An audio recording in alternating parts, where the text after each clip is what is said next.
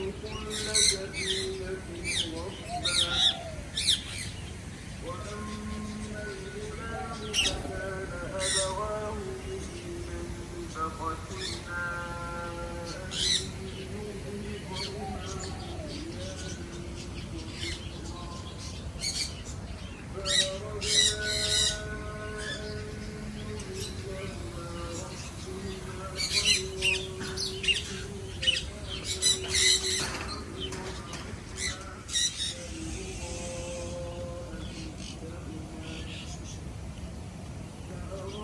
ربك أن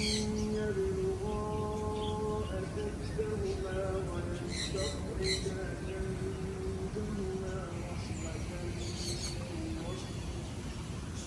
وما فعلته عن أمري ذلك تأويل ما لم تستطع عليه صبرا ويسألونك عن ذي القرنين قل سأتلو عليكم منه ذكرا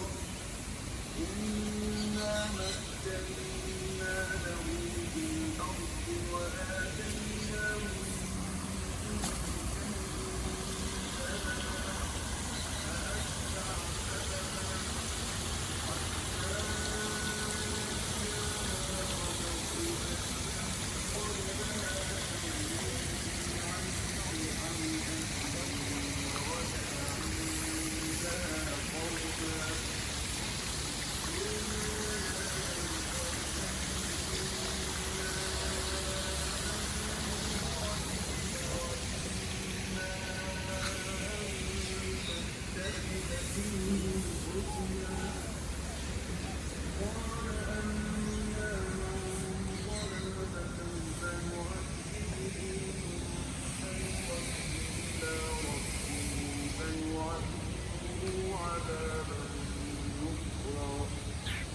وأما من آمن وعمل صالحا